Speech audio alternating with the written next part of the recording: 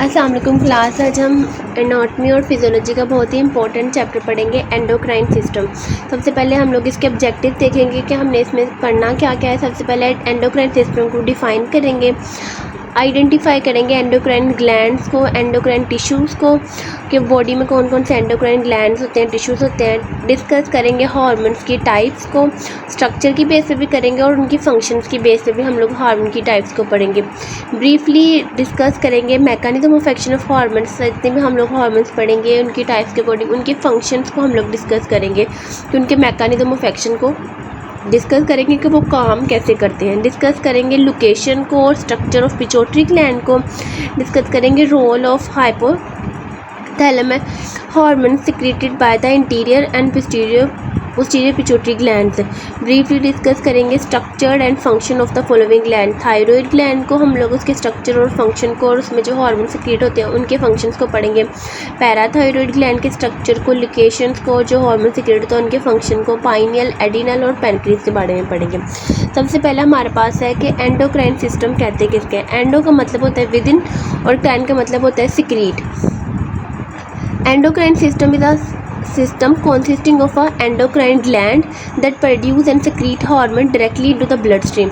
Endocrine एक ऐसा system है जिसमें ऐसे ग्लैंड्स आते हैं, ऐसा ग्रुप ऑफ ग्लैंड्स आते हैं जो कि उन हार्मोन्स को सीधा ब्लड स्ट्रीम में क्या करते हैं, ब्लड स्ट्रीम में सक्रीट करते हैं डायरेक्टली। मतलब ये डक्टलेस ग्लैंड्स होते हैं, सीधा इन्होंने ब्लड के अंदर ही हार्मोन्स को सक्रीट करना होता है। अब ग्लैंड कहते हैं किसे, हम लोग वो पढ़ेंगे। और ग्लैंड्स की टाइप्स क्या होती हैं। A gland is an organ. Gland एक ऐसा ऑर्गन और ग्रुप होता है सेल का जो कि प्रोड्यूस करता है और फिर रिलीज़ करता है सब्सटेंसेस को जो कि परफॉर्म करते हैं स्पेसिफिक फंक्शन बॉडी के अंदर। ग्लैंड एक ऐसा ऑर्गन है, ग्रुप ऑफ सेल्स हैं जो कि ऐसे सब्सटेंसेस को रिलीज़ करते हैं और सब्सटेंसेस को प्रोड्यूस करते हैं और रिलीज़ करते हैं जो हमारी बॉडी में स्पेसिफिक फंक्शंस परफॉर्म करते हैं। ग्लैंड की टाइप्स होते हैं, एंडोक्राइन ग्लैंड होते हैं, एक्सोक्राइन ग्लैंड होते हैं और हेटेरोक्राइन ग्लैंड होते हैं। लेकिन हम लोग यहाँ पर सिर्फ एंडोक्राइन ग्लैंड पढ़ेंगे क्योंकि हम लोग एंडोक्राइन के चैप्टर को पढ़ रहे हैं। एंडोक्राइन ग्लैंड एक ऐसा ग्लैंड होता है, ऑर्गन होता है, सेल्स का ग्रुप होता है जो प्रोड्यूस करता है और सक्रीट करता है हार्मोन को डायरेक्टली ब्लड स्ट्रीम में। डक्टलेस होता है, हमने ऊपर ही डिस्कस कर लिया। कौन कौन से ऐसे ग्लैंड्स हैं जो एंडोक्राइन ग्लैंड में आते हैं, एंडोक्राइन सिस्टम में आ रहे हैं। Pituitary gland, thyroid gland, parathyroid gland, pineal gland. Endocrine tissues किसे कहते हैं। एंडोक्राइन टिश्यूज़ ऐसा कॉम्प्लेक्स वेरियस ग्लैंड्स होते हैं जो कि प्रोड्यूस कर रहे हैं हार्मोन्स को, वो जो कि बॉडी में प्रोसेस में इन्वॉल्व होते हैं, सच जैसे मेटाबॉलिक प्रोसेस हो गया बॉडी का, वाटर और इलेक्ट्रोलाइट को बैलेंस करना या फिर रिप्रोडक्शन करना। मतलब हमारी बॉडी में अगर मेटाबॉलिज्म हो रही है, रिप्रोडक्शन का प्रोसेस हो रहा है या फिर कोई भी बॉडी के प्रोसेस हो रहे हैं तो उनको कौन कंट्रोल कर रहा है। एंडोक्राइन टिश्यूज़ के जो ग्लैंड है उनके जो हार्मोन सिक्रीट करते हैं वो कंट्रोल कर रहे हैं। ठीक है, आगे हम लोग वन बाय वन हार्मोन्स के फंक्शंस को डिस्कस करेंगे। कौन सा हार्मोन जो मेटाबॉलिज्म में इन्वॉल्व है, कौन सा हार्मोन रिप्रोडक्शन में इन्वॉल्व है, इस तरह सब हार्मोन्स के वन बाय वन फंक्शन पढ़ेंगे। देखिए हार्मोन्स होता क्या है। हार्मोन जैसे केमिकल्स होते हैं जो कि एंडोक्राइन से सिक्रीट होते हैं डायरेक्टली ब्लड स्ट्रीम के अंदर, और ये बहुत कम अमाउंट में सिक्रीट होते हैं, ऐसा नहीं कि बहुत ज़्यादा सिक्रीट होते हों। ये इनके अंदर न्यूट्रिएंट्स नहीं होते। इनका जो ये अफेक्ट करते हैं बॉडीज़ के फंक्शंस को। रिसेप्टर्स के साथ सेल्स के ऊपर रिसेप्टर होते हैं, सेल मेम्ब्रेन के ऊपर या फिर सेल के अंदर रिसेप्टर्स होते हैं, उनके साथ बाइंड करके इन्हें फंक्शन परफॉर्म करने होते हैं। हमारे पास जो हार्मोन्स की टाइप्स हैं वो स्ट्रक्चर की बेस पे भी होती हैं और एक्शन की बेस पर भी होती हैं। सबसे पहले स्ट्रक्चर की बेस पे जो हार्मोन के फंक्शंस होते हैं वो पेप्टाइड मतलब स्ट्रक्चर की बेस पे जो हार्मोन्स की टाइप्स होती हैं वो पेप्टाइड हार्मोन्स में आते हैं, स्टेरॉइड हार्मोन आते हैं और अमाइन हार्मोन्स आते हैं। अब पेप्टाइड हार्मोन्स कौन से हैं, स्टेरॉइड हार्मोन्स कौन से हैं और अमाइन हार्मोन्स कौन से हैं वो पढ़ेंगे, उनका मैकेनिज्म ऑफ एक्शन पढ़ेंगे और उनके फंक्शन पढ़ेंगे। पेप्टाइड हार्मोन में एड्रेनालाइन आता है, noradrenaline, insulin, glucagon, growth hormone etcetera. ये सारे हार्मोन्स जो हैं ये कौन से हार्मोन्स हैं, पेप्टाइड हार्मोन। और स्टेरॉइड हार्मोन कौन से हैं, ग्लूकोकॉर्टिकॉइड्स है, मिनरल कॉर्टिकॉइड्स है, एंड्रोजीन है, प्रोजेस्टेरोन है, ये सारे हार्मोन स्टेरॉइड हार्मोन्स में आ रहे हैं। और अमाइन हार्मोन में थायराइड हार्मोन्स आते हैं जो कि थायराइड जो थायराइड ग्लैंड से सिक्रीट होते हैं एपिनेफ्रिन, अमाइन हार्मोन है, नोरेपिनेफ्रिन और डोपामिन। एपिनेफ्रिन और नोरेपिनेफ्रिन और dopamine on the basis of action की बेस पे हम लोग हार्मोन की दो टाइप्स देते हैं। देखिए स्ट्रक्चर की बेस पे हार्मोन की टाइप्स क्या होती हैं और एक्शन की बेस पे हार्मोन की टाइप्स क्या होती है। अगर पेपर में आपको टाइप्स ऑफ हार्मोन पूछा जाए तो अगर स्पेसिफिकली उन्होंने पूछा हो कि स्ट्रक्चर की बेस पे हार्मोन की टाइप बताएं, तब आपने peptide hormone, steroid hormone, amine hormone ये बताने हैं। और अगर उन्होंने पूछा हो कि एक्शन की बेस पे बताएं टाइप्स ऑफ हार्मोन, तो देन आपके लिए लोकल हार्मोन और सर्कुलेटिंग हार्मोन बताने हैं। और अगर स्पेसिफिकली ना पूछा हो तो आप सारी टाइप्स को डिस्कस करेंगे। लोकल हार्मोन्स होते हैं ऐसे हार्मोन्स होते हैं जो जहाँ पर सिक्रीट हो रहे होते हैं उनमें फंक्शन भी वहीं पर परफॉर्म करना होता है। मतलब उन्होंने ब्लड स्ट्रीम के लिए कहीं ट्रैवल करके नहीं जाना फंक्शन नहीं परफॉर्म करने, जहाँ पर वो सिक्रीट होंगे वहीं पर वो अपने फंक्शन परफॉर्म करेंगे। और लोकल हार्मोन में हिस्टामाइन, एराइथ्रोपोइटिन और गैस्ट्रिन आते हैं, लेकिन गैस्ट्रिन स्टमक में सिक्रीट हो तो वहीं पर फंक्शन परफॉर्म करता है। इस तरह सर्कुलेटिंग हार्मोन ऐसे हार्मोन्स होते हैं जो सर्कुलेट करते हैं ब्लड स्ट्रीम में। मतलब वो जहाँ पर सिक्रीट हुए हैं उन्होंने जहाँ पर प्रोड्यूस हुए हैं सिक्रीट हुए हैं वहाँ पर उन्होंने अपने फंक्शन परफॉर्म नहीं करना, बल्कि उन्होंने ब्लड के ज़रिए ट्रैवल करना है कि दूसरे डिस्टेंट प्लेसेस पे पहुँचना है, वहाँ पर सेल के रिसेप्टर के साथ बाइंड करना है और फंक्शन परफॉर्म करने हैं। अब कौन से ऐसे हार्मोन्स हैं जो कि जहाँ पर सिक्रीट होते हैं वहीं पर उनका फंक्शन होता है, वो हिस्टामाइन और एरिथ्रोपोइटिन और गैस्ट्रिन है जो कि लोकल हार्मोन है। और कौन से ऐसे हार्मोन्स हैं जो जहाँ पर सिक्रीट होते हैं वहाँ पर वो अपने फंक्शन परफॉर्म नहीं करते, उनको हम सर्कुलेटिंग हार्मोन कहते हैं। इनमें growth hormone, thyroid hormone, aldosterone और एडीएच आता है। हम वन बाय वन आगे हम सब हार्मोन्स के फंक्शन को भी पढ़ेंगे। ठीक है, पेप्टाइड हार्मोन का मैकेनिज्म ऑफ एक्शन कि पेप्टाइड हार्मोन्स काम कैसे करते हैं, फंक्शन जो उन्होंने परफॉर्म करने हैं वो कैसे परफॉर्म करते हैं। देखें, when a hormone arrives at its target cell, जब हार्मोन अपनी टारगेट साइट पे पहुंचता है तो वो स्पेसिफिक रिसेप्टर के साथ बाइंड करता है, जहाँ पर वो एक्ट करता है स्विच अफेक्टिंग मेटाबॉलिक रिएक्शन की तरह इनसाइड द सेल। मतलब कि उन्हें क्या करना है, रिसेप्टर सेल के ऊपर रिसेप्टर्स होते हैं, सेल मेम्ब्रेन के ऊपर रिसेप्टर्स होंगे, उसके साथ जाकर पेप्टाइड हार्मोन ने बाइंड करना है और वहाँ पर उसने सेल के अंदर एक्टिविटीज़ को कर देना है, इनिशिएट कर देना है। रिसेप्टर पेप्टाइड हार्मोन और रिसेप्टर का क्या होता है, कॉम्प्लेक्स बनता है। कॉम्प्लेक्स बनने के बाद वो क्या करते हैं कि देखिए पेप्टाइड हार्मोन जो होते हैं ना वो हाइड्रोफिलिक होते हैं, मतलब वाटर लविंग, और लिपोफोबिक होते हैं, मतलब फैट है उनको हेटिंग होते हैं। और हमें पता है कि जो सेल मेम्ब्रेन होती है सेल की वो किससे मिलकर बनी होती है, लिपिड बाइलेयर होती है। और जैसे कि हमें पता है कि ये वाटर लविंग है तो ये उसको क्या करेंगे, they can not cross freely cell membrane, और सेल मेम्ब्रेन को फ्रीली क्रॉस ही नहीं कर सकते। इस वजह से पेप्टाइड हार्मोन के जो रिसेप्टर होते हैं वो सेल मेम्ब्रेन के ऊपर ही होते हैं, तो वो सरफेस के ऊपर होंगे, वो रिसेप्टर के उसके साथ बाइंड करेंगे और जी प्रोटीन को सेल के अंदर इनिशिएट करेंगे, एक्टिवेट करेंगे। रिसेप्टर कॉम्प्लेक्स बनेगा, एक्टिवेट होगी सीरीज ऑफ इंट्रासेलुलर मॉलिक्यूल्स, जिसे हम लोग देखें रिसेप्टर के साथ सेल मेम्ब्रेन के ऊपर जो रिसेप्टर है उसके साथ आके हार्मोन ने बाइंड किया, हार्मोन रिसेप्टर कॉम्प्लेक्स बना।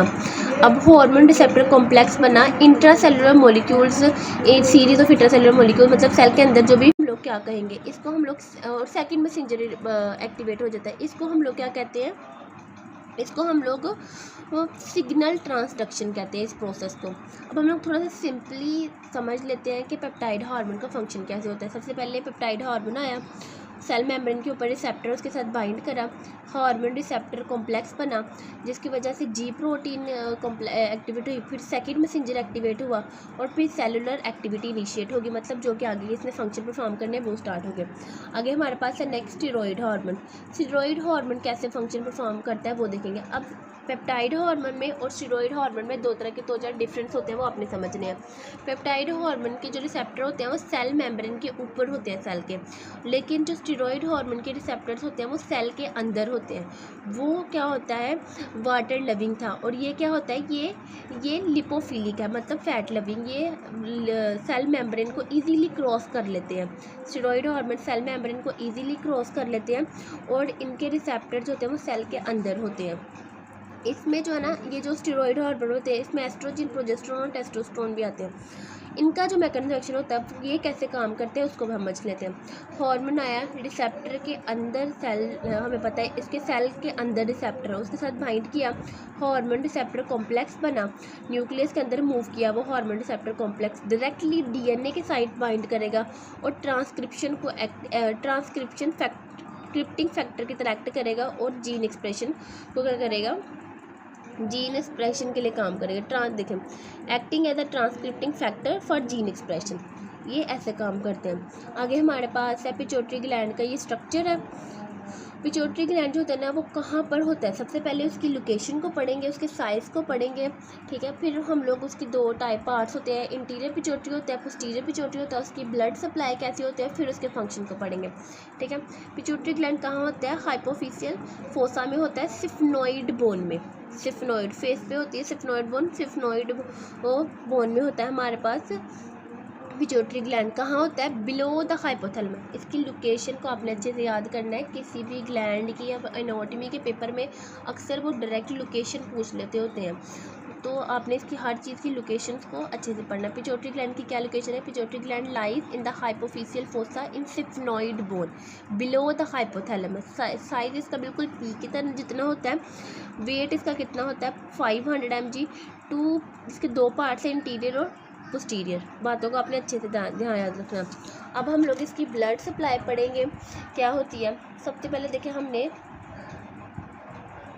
सबसे पहले हमने इसकी लोकेशन पढ़ी क्या होती है और फिर हम लोगों ने पढ़ा कि इसका वेट कितना होता है, इसके दो पार्ट होते हैं और आगे हमारे पास इसकी ब्लड सप्लाई है।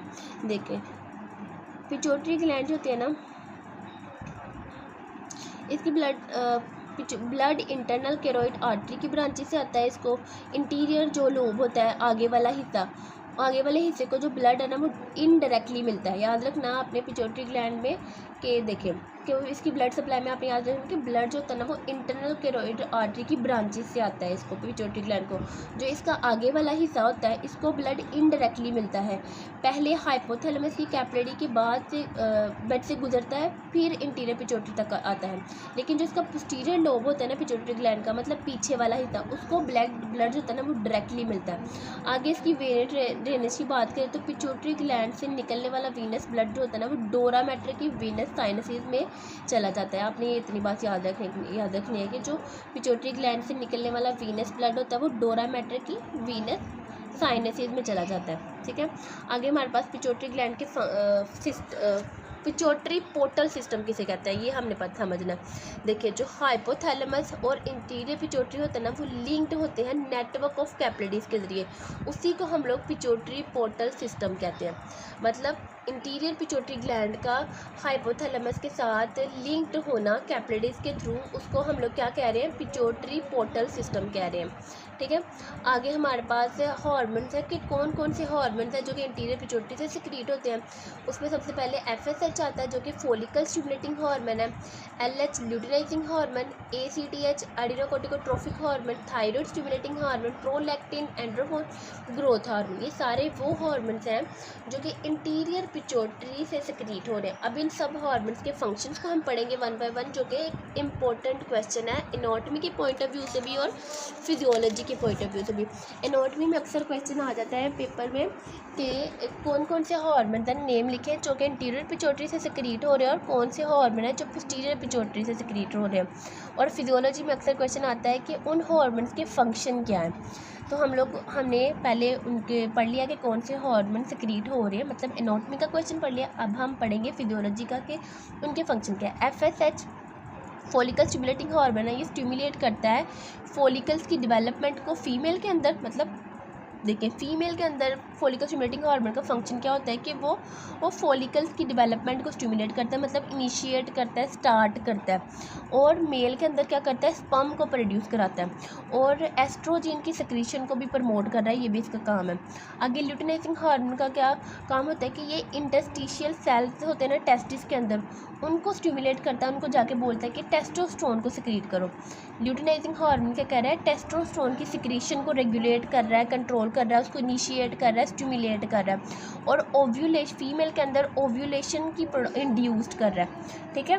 आगे हमारे पास एडिनोकोर्टिकोट्रोफिक हार्मोन है। इसके फंक्शन होते हैं कि ये प्रमोट करता है एडिनल हार्मोन्स की सिक्रीशन को। जो एडिनल ग्लैंड होता है ना, एडिनो को देखें, सबसे पहले हाइपोथैलेमस से निकलता है एडिनोकोर्टिकोट्रोफिक रिलीजिंग हार्मोन। वो एडिनोकोर्टिकोट्रोफिक रिलीजिंग हार्मोन इंटीरियर पिट्यूटरी के पास आता है और इंटीरियर पिट्यूटरी को कहते हैं कि एडिनोकोर्टिकोट्रोफिक हार्मोन सिक्रीट करो। अब एडिनोकोर्टिकोट्रोफिक हार्मोन सिक्रीट होता है जो एडिनल ग्लैंड के पास आता है और एडिनल ग्लैंड के हार्मोन्स को सिक्रीट कराता है। मतलब कि जो इंटीरियर पिट्यूटरी से निकला हार्मोन एडिनोकोर्टिकोट्रोफिक हार्मोन, उसके हाथ में उसने कंट्रोल करना है एडिनल ग्लैंड की हार्मोन्स की सिक्रीशन को। इसका काम मेटाबॉलिज्म भी है और ये ग्लूकोज के लेवल को भी बॉडी के अंदर मेंटेन करता है, रेगुलेट करता है, कंट्रोल करता है। मतलब ये हाइपोग्लाइसीमिया और हाइपरग्लाइसीमिया में जो पेशेंट जा रहा है वो भी इसी की बदौलत, मतलब इसी ने कंट्रोल करना है। अगर ये सही नहीं हुआ तो पेशेंट हाइपोग्लाइसीमिया और हाइपरग्लाइसीमिया में जाएगा। आगे TSH क्या होता है? Thyroid stimulating hormone. Thyroid stimulating hormone, इसके नाम से पता चल रहा है कि ये थायराइड ग्लैंड के हार्मोन्स की सिक्रीशन को कंट्रोल करता है। आगे हमारे पास है प्रोलैक्टिन, जो कि मिल्क की प्रोडक्शन को प्रमोट करता है, मेमरी ग्लैंड की डेवलपमेंट करवाता है और मेंटेन करता है मिल्क की सिक्रीशन को।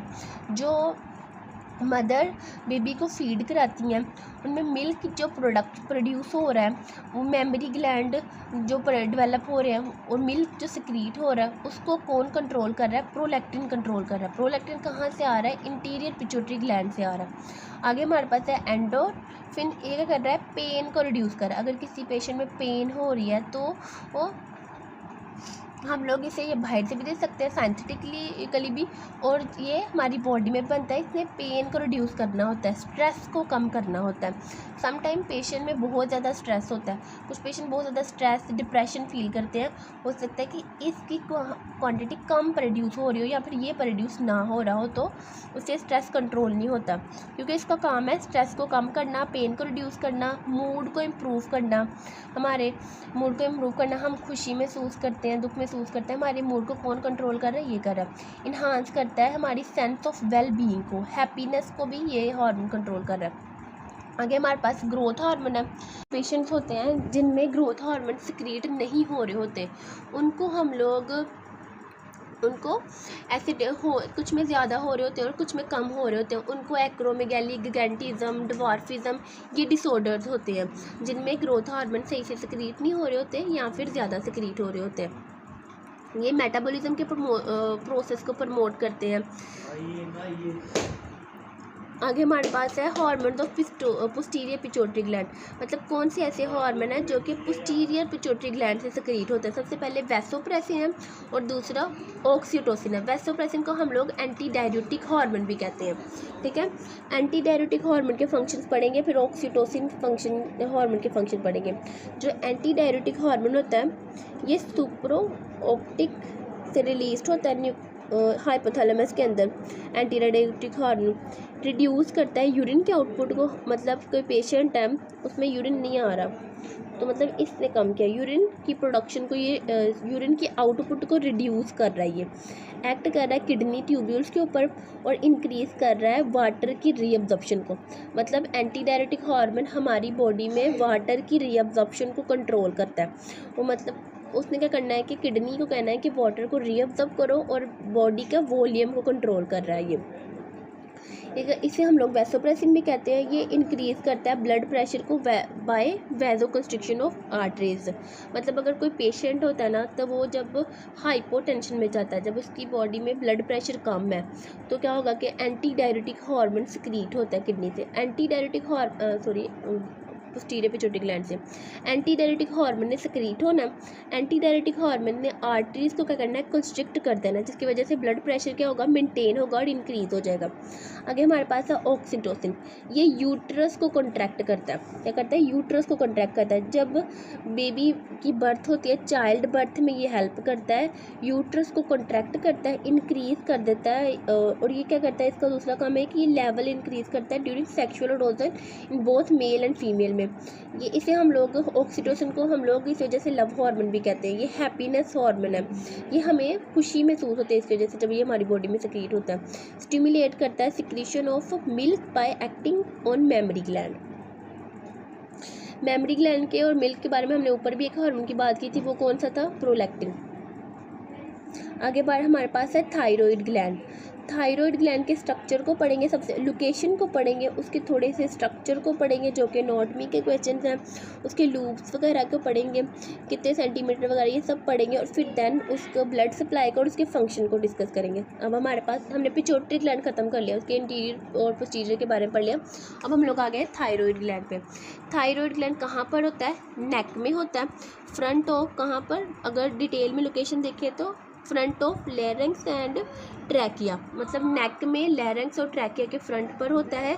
अगर सर्विकल वर्टिब्रा के हिसाब से देखें, level of 5th and 6th 7th cervical and 1st thoracic vertebra तक होता है।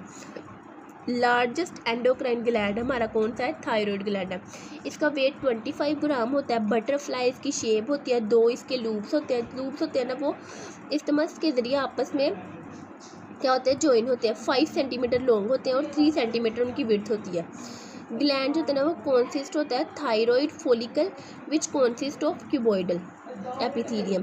फोलिकल सेक्रीट करते हैं थिक स्टिकी प्रोटीन मटीरियल, जिसे हम लोग thyroglobulin between the C cell are present that secrete.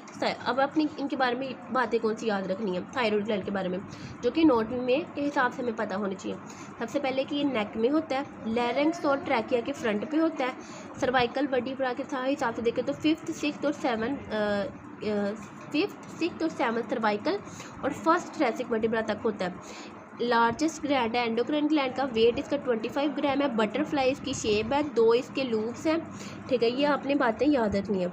उसके बाद इसकी ब्लड सप्लाई देख तो सुपीरियर थायराइड आर्टरी, ये branch of external carotid artery. External carotid artery की जो ब्रांच होती है ना, सुपीरियर थायराइड आर्टरी, वो इसको ब्लड दे रही है। और जो inferior thyroid artery is the branch of सब क्लेविकल आर्टरी, ठीक है। आपने ये ब्लड सप्लाई देख ली। अब हमारे पास इसकी synthesis of thyroid hormone.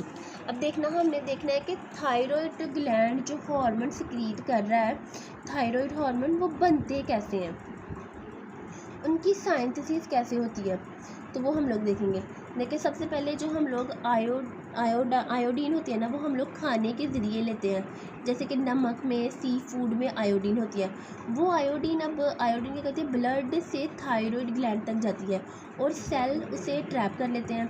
Thyroid की फोलिकल सेल्स एक प्रोटीन बनाते हैं जिसका नाम है थायरोग्लोब्यूलिन। देखिए, सबसे पहले खाने के ज़रिए हम लोगों ने आयोडीन ली, वो आयोडीन थायराइड सेल्स ने अपटेक की, उन्होंने स्पेशल प्रोटीन बनाई जिसे हम लोग थायरोग्लोब्यूलिन कहते हैं। अब आयोडाइड को आयोडीन में कन्वर्ट किया जाता है हाइड्रोजन पेरोक्साइड के ज़रिए, ठीक है। आयोडाइन थायरोग्लोब्यूलिन के अंदर अटैच हो जाती है, बट थायरोग्लोब्यूलिन के अंदर आयोडीन अटैच होकर तो T1 और T2 हार्मोन्स बनते हैं। अब इसे आसान से फिर एक बार समझाती हूँ आपको, इसके थायराइड हार्मोन बनते कहते हैं। आयोडीन हमने खाने में ली, जैसे कि सी फूड और नमक में। अब वो आयोडीन हमारी बॉडी में क्या होगी कि जो थायराइड ग्लैंड की सेल्स हैं उसको ट्रैप करेंगे और स्पेशल प्रोटीन बनाएगी जिसे हम लोग थायरोग्लोब्यूलिन कहते हैं। वो कॉम्प्लेक्स बनेगा, आयोडीन हो गया, हाइड्रो आयोडाइड बन गई। अब हाइड्रोजन पेरोक्साइड से आयोडाइड जो होती है वो आयोडीन में कन्वर्ट हो जाती है। अब थायरोग्लोब्यूलिन और उसका बॉन्ड बनता है और T1 और T2 हार्मोन बनते हैं, जो कि थायराइड ग्लैंड के हार्मोन थे, T1 और T2, जो इसने सेक्रीट करने हैं। अब वो जो T2 और T1 है जो कि थायराइड ग्लैंड ने बनाने और सेक्रीट करने हैं, उसका फंक्शन क्या होता है, एंटर सेल, वो क्या करते हैं कि जीन एक्सप्रेशन को कंट्रोल करते हैं। दूसरे हार्मोन्स होते हैं उनके फंक्शंस को भी बढ़ाते हैं। मेटाबॉलिक रेट को कंट्रोल करते हैं, प्रोटीन हीट की प्रोडक्शन कराते हैं, कार्बोहाइड्रेट्स की, प्रोटीन की, लिपिड की, सबकी मेटाबॉलिज्म को क्या कर रहा है, कंट्रोल कर रहे हैं थायराइड हार्मोन। हमारी बॉडी की जो ग्रोथ और डेवलपमेंट हो रही है उसको कौन कंट्रोल कर रहा है, थायराइड हार्मोन से। ट्रांसक्रिप्शन के प्रोसेस को, ट्रांसक्रिप्शन कहते हैं DNA से RNA का बनना, उस प्रोसेस को इंक्रीज कौन कर रहा है, थायराइड हार्मोन। ट्रांसलेशन कहते हैं RNA से मैसेंजर RNA से प्रोटीन को बनने का जो प्रोसीजर होता है ना, उसको हम लोग ट्रांसलेशन कहते हैं। ध्यान से आपने फिर सुनना है कि जो DNA से RNA बन रहा है वो ट्रांसक्रिप्शन प्रोसेस है, उसे कौन कंट्रोल कर रहा है, थायराइड हार्मोन। और जो मैसेंजर RNA से प्रोटीन बन रहा है, ये कौन सा प्रोसेस है, ट्रांसलेशन, इसे कौन इंक्रीज कर रहा है, थायराइड हार्मोन। कार्डिक आउटपुट को इंक्रीज करता है। आगे हमारे पास है कैल्सिटोनाइन हार्मोन। कैल्सिटोनाइन हार्मोन जो होते हैं ना, ये सी सेल थायराइड ग्लैंड होते हैं, थायराइड ग्लैंड के अंदर सी सेल्स होते हैं, उनसे सिक्रीट होता है कैल्सिटोनाइन। ये क्या करता है कि हमारे जो ब्लड कैल्शियम लेवल है ना उसको कम करता है। ये हमारे बोन सेल्स के ऊपर और किडनी ट्यूब्यूल्स के ऊपर एक्ट करके हमारी बॉडी में कैल्शियम के लेवल को क्या कर देता है, लोअर कर देता है। It work as a antagonist hormone to parathyroid hormone. इसी वजह से हाइपोपैराथायरॉइड में ये कैल्शियम लेवल और हाइपर पैराथायरॉइड में भी कैल्शियम लेवल इन्फ्लुएंस्ड होता है, क्योंकि जो कैल्सिटोनाइन होता है उसने कैल्शियम को कम करना होता है और वो पैराथायरॉइड हार्मोन के एंटेगोनिज्म की तरह एक्ट कर रहा है। आगे हमारे पास है हाइपोपैराथायरॉइडिज्म किसे कहते हैं और हाइपर पैराथायरॉइडिज्म किसे कहते हैं। देखिए, हाइपर पैराथायरॉइडिज्म एक ऐसी कंडीशन होता है जिसमें थायराइड ग्लैंड की जो T3 और T4 हार्मोन्स होते हैं उनकी सिक्रीशन क्या हो जाती है, इंक्रीज हो जाती है। इसमें बेसल मेटाबॉलिक रेट क्या हो जाता है, इंक्रीज हो जाता है। इस वजह से वेट लॉस होता है और सिक्रीट करने हैं। उसका फंक्शन क्या होता है, एंटर सेल वो क्या करते हैं कि जीन एक्सप्रेशन को कंट्रोल करते हैं, दूसरे हार्मोन्स होते हैं उनके फंक्शंस को भी बढ़ाते हैं, मेटाबॉलिक रेट को कंट्रोल करते हैं, प्रोटीन हीट की प्रोडक्शन कराते हैं, कार्बोहाइड्रेट्स की, प्रोटीन की, लिपिड की, सब की मेटाबॉलिज्म को क्या कर रहा है, कंट्रोल कर रहा है थायराइड हार्मोन। हमारी बॉडी की जो ग्रोथ और डेवलपमेंट हो रही है उसको कौन कंट्रोल कर रहा है, थायराइड हार्मोन से। ट्रांसक्रिप्शन के प्रोसेस को, ट्रांसक्रिप्शन कहते हैं डीएनए से आरएनए का बनना, उस प्रोसेस को इंक्रीज कौन कर रहा है, थायराइड हार्मोन। ट्रांसलेशन कहते हैं आरएनए से मैसेंजर आरएनए से प्रोटीन को बनने का जो प्रोसीजर होता है ना उसको हम लोग ट्रांसलेशन कहते हैं। ध्यान से आपने फिर सुनना है कि जो डीएनए से आरएनए बन रहा है वो ट्रांसक्रिप्शन प्रोसेस है, उसे कौन कंट्रोल कर रहा है, थायराइड हार्मोन। और जो मैसेंजर आरएनए से प्रोटीन बन रहा है ये कौन सा प्रोसेस है, ट्रांसलेशन, इसे कौन इंक्रीज कर रहा है, थायराइड हार्मोन। कार्डिक आउटपुट को इंक्रीज करता है। आगे हमारे पास है कैल्सिटोनाइन हार्मोन। कैल्सिटोनाइन हार्मोन जो होते हैं ना ये सी सेल थायराइड ग्लैंड होते हैं, थायराइड ग्लैंड के अंदर सी सेल्स होते हैं, उनसे सिक्रीट होता है कैल्सिटोनाइन। ये क्या करता है कि हमारे जो ब्लड कैल्शियम लेवल है ना उसको कम करता है। ये हमारे बोन सेल्स के ऊपर और किडनी ट्यूब्यूल्स के ऊपर एक्ट करके हमारी बॉडी में कैल्शियम के लेवल को क्या कर देता है, लोअर कर देता है। It work as a antagonist hormone to parathyroid hormone.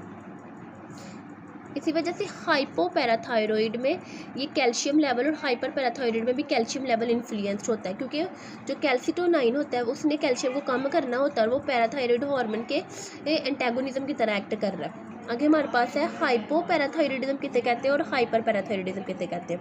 देखिए, हाइपर पैराथायरॉइडिज्म एक ऐसी कंडीशन होता है जिसमें थायराइड ग्लैंड की जो T3 और T4 हार्मोन्स होते हैं उनकी सिक्रीशन क्या हो जाती है, इंक्रीज हो जाती है। इसमें बेसल मेटाबॉलिक रेट क्या हो जाता है, इंक्रीज हो जाता है। इस वजह से वेट लॉस होता है, टैकीकार्डिया होता है, डायरिया होता है और हीट इंटॉलरेंस होती है। और हाइपोपैराथायरॉइडिज्म में जो थायराइड ग्लैंड के हार्मोन्स होते हैं T3 और T4 ये कम सिक्रीट होते हैं। इसी वजह से जो इधर हाइपोपैराथायरॉइडिज्म में हो रहा था सब कुछ उसके उल्ट हो जाता है। वहाँ पर बेसल मेटाबॉलिक रेट क्या हो रहा था, बढ़ रहा था, यहाँ पे बेसल मेटाबॉलिक रेट कम हो जाता है। वहाँ पर वेट लूज हो रहा था, यहाँ पे वेट गेन हो रहा है, क्योंकि यहाँ पे कॉन्स्टिपेशन हो रही है। वहाँ टैकीकार्डिया था, यहाँ ब्रेडिकार्डिया। वहाँ पे हार्ट बीट क्या हो रही है, ज़्यादा हो रही है, जिसे हम लोग टैकीकार्डिया कहते हैं। यहाँ पे हार्ट बीट क्या है, दिल के धड़कने की जो स्पीड है, बीट करने की जो स्पीड है वो कम हो गई है। कॉन्स्टिपेशन हो रही है, कोल्ड इंटॉलरेंस हो रही है, जबकि वहाँ पे हीट इंटॉलरेंस हो रही थी। आगे हमारे पास पैराथायरॉइड ग्लैंड हार्मोन्स है। देखिए 4 पैराथायरॉइड ग्लैंड, इनकी तादाद कितनी है, 4, हर एक का वजन 50 ग्राम और 2 एम्बेडेड होते हैं in posterior surface of each lobe surrounded by the connective tissue capsule. मतलब घिरे किससे होते हैं, कनेक्टिव टिश्यू कैप्सूल से। कहाँ पर होते हैं, थायराइड ग्लैंड के बिल्कुल behind small piece sized gland है जो कि प्रोड्यूस करते हैं पैराथायरॉइड हार्मोन। ठीक है, कहाँ पर है, नेक में ही है। हर एक का वजन कितना है, 50 ग्राम। कहाँ होते हैं, lie behind the thyroid gland, surrounded होते हैं कनेक्टिव टिश्यू से। आगे हमारे पास इनके जो हार्मोन सिक्रीट होता है पैराथायरॉइड हार्मोन, उनके फंक्शन होते हैं। जो पैराथायरॉइड ग्लैंड जो हार्मोन सिक्रीट करते हैं वो ब्लड में कैल्शियम लेवल को क्या करते हैं, इंक्रीज करें। अब आपको समझ में आया कि ये जो कैल्सिटोनाइन था इसको पैराथायरॉइड हार्मोन का एंटेगोनिज्म क्यों कहते हैं, क्योंकि ये कैल्शियम के लेवल को कम कर रहा है। और पैराथायरॉइड हार्मोन जो ग्लैंड जो हार्मोन सिक्रीट कर रहा है वो कैल्शियम के लेवल को बढ़ा रहा है। क्या कर रहा है, वो कैल्शियम के लेवल को क्या कर रहा है, बढ़ा रहा है, और वो कम कर रहे थे। ठीक है, बोन सेल्स के ऊपर ही एक्ट करके और किडनी ट्यूब्यूल्स के ऊपर ही एक्ट करके। वो भी बोन सेल और किडनी के ऊपर ही एक्ट कर रहा था, ये भी बोन सेल और किडनी ट्यूब्यूल्स के ऊपर ही एक्ट कर रहा है। ये होता है ना देखिए यहाँ पर भी लिखा है कि parathyroid hormone work as the antagonistic hormone to calcitonin. Calcium is essential for muscle contraction, blood clotting, transmission of impulse. अब याद समझ में आ गया आपको कि पैराथायरॉयड हार्मोन का जो फंक्शन क्या है, हमारी bone health, muscle health, clotting, ये सब कुछ इसके हाथ में है, क्योंकि ये कैल्शियम के लेवल को बढ़ा रहा है। और ये सारे काम जितने भी हो रहे हैं, बोन हेल्थ वगैरह, ये सारे किसके हाथ में होते हैं, कैल्शियम के। और कैल्शियम को कौन बढ़ा रहा है बॉडी में, पैराथायरॉयड हार्मोन। आगे हमारे पास है एडिना ग्लैंड। एडिना ग्लैंड होता है ना, ये 4 सेंटीमीटर लॉन्ग होता है और 3 सेंटीमीटर क्या होता है, थिक होता है। ये कहाँ पर होता है, एडिना ग्लैंड का सुप्रेनल ग्लैंड है, लोकेटेड होता है upper pole of the kidney, kidney के ऊपर। 2 किडनी था हमारी, तो दोनों किडनी के ऊपर 2 ग्लैंड होते हैं। एडिना ग्लैंड 3 जो कि 4 सेंटीमीटर लंबे होते हैं, 2-3 सेंटीमीटर थिक होते हैं। आउटर लेयर को कोर्टेक्स कहते हैं और जो इनर लेयर होती है इनकी, उसको मिडोला कहते हैं। ठीक है, आगे हमारे पास इनकी जो we can learn layers of adrenal gland by this thickness trick. हम लोग एडिना ग्लैंड की जो लेयर्स हैं उनको भी हम लोग याद रख सकते हैं GFR से। किडनी क्या करते हैं, GFR। अब किडनी के ऊपर जो ग्लैंड है एडिना ग्लैंड, उनकी लेयर कैसे याद रखते हैं, GFR से। जोना ग्लोमेरुलसा, जोना फेसिकुलरिस और जोना रेटिकुलरिस, ये इसके लेयर्स के नाम हैं। ब्लड सप्लाई हम इसके पास कहाँ से आ रहा है, ब्लड कहाँ से आ रहा है इसको, जो मिलेडी ग्लैंड को, आर्टियल blood supply branches of abdominal aorta से आ रहा है और रेनल आर्टरी से। कहाँ से आ रहा है, एब्डोमिनल एओर्टा की और रेनल आर्टरीज की ब्रांचेज से आ रहा है इसको। वीनस रिटर्न कहाँ होता है, सुप्रेनल वेन्स में। एडिनल कोर्टेक्स फंक्शन देखिए, अब ये कौन सा हार्मोन सिक्रीट करते हैं, ग्लूकोकोर्टिकोइड्स। अब यहाँ पे लेयर्स, कौन सी लेयर कौन से हार्मोन सिक्रीट करते हैं, ये बहुत इंपॉर्टेंट MCQs हैं 3 कि कौन सी लेयर कौन से हार्मोन सिक्रीट कर रहे हैं। जोना ग्लोमेरुलसा मिनरल कोर्टिकोइड, जोना फेसिकुलरिस ग्लूकोकोर्टिकोइड्स और जोना रेटिकुलरिस सेक्स हार्मोन। ये बहुत इंपॉर्टेंट MCQ था जो कि एनाटॉमी के पेपर में भी आता है और फिजियोलॉजी के पेपर में भी, कि एडिना ग्लैंड, एडिना कोर्टेक्स की कौन सी लेयर कौन सा हार्मोन सिक्रीट कर रही है। आगे हमारे पास है फंक्शन ऑफ ग्लूकोकोर्टिकोइड्स के फंक्शन पढ़ेंगे, मिनरल कोर्टिकोइड्स के फंक्शन पढ़ेंगे और सेक्स हार्मोन के फंक्शन पढ़ेंगे। ठीक है, सबसे पहले ग्लूकोकोर्टिकोइड्स के फंक्शन होते हैं कि cortisol is the main glucocorticoids but small amount of cortisol and corticosterone. देखिए स्ट्रेस हार्मोन है ग्लूकोकोर्टिकोइड, रेगुलेट करता है मेटाबॉलिज्म को, लाइफ के लिए बहुत ज़रूरी है, इसेंशियल है। कार्बोहाइड्रेट्स को, प्रोटीन्स को, लिपिड्स की मेटाबॉलिज्म कंट्रोल। सबसे पहले तो ये स्ट्रेस हार्मोन है। दूसरा, ये मेटाबॉलिज्म को रेगुलेट करता है। मेटाबॉलिज्म में क्या क्या आता है, कार्बोहाइड्रेट, प्रोटीन और लिपिड, तीनों की मेटाबॉलिज्म को कंट्रोल कर रहा है। उसके बाद सोडियम की और वाटर की रीअब्जॉर्प्शन को भी कर रहा है from renal tubule. It has pathological effect होता है इसका। एंटी इन्फ्लेमेटरी एक्शन है, मतलब अगर बॉडी में कहीं पर भी इन्फ्लेमेशन हो रही है तो उसके ये एंटी एक्ट करेगा, इन्फ्लेमेशन को रोकेगा, एंटी इन्फ्लेमेटरी इसका एक्ट होता है।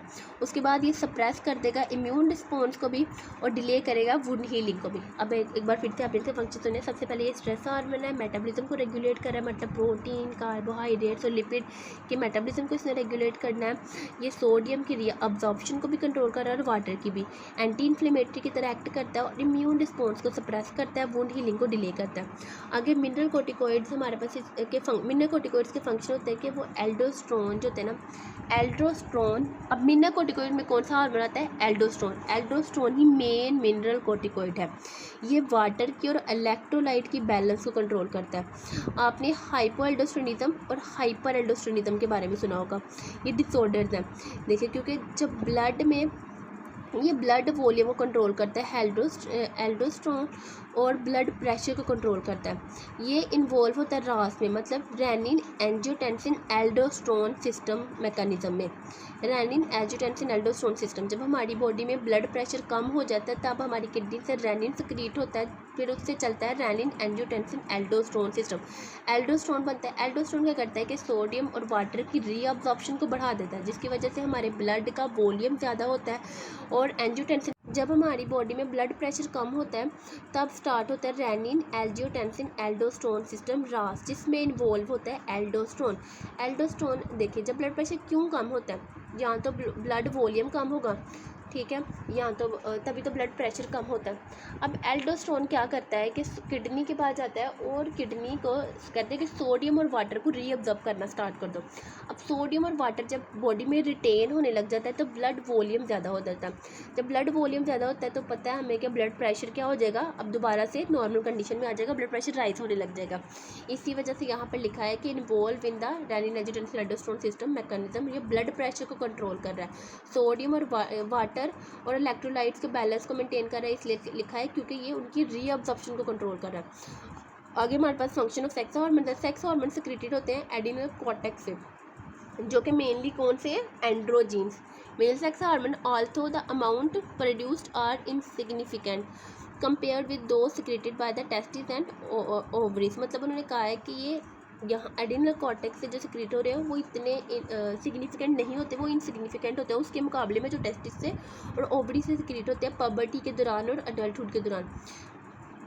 आगे हमारे पास इनके फंक्शंस हैं, वो रिप्रोडक्शन वाले चैप्टर में आप इनके फंक्शन अच्छे से पढ़ेंगे। आगे हमारे पास एड्रिनल मेडुला है,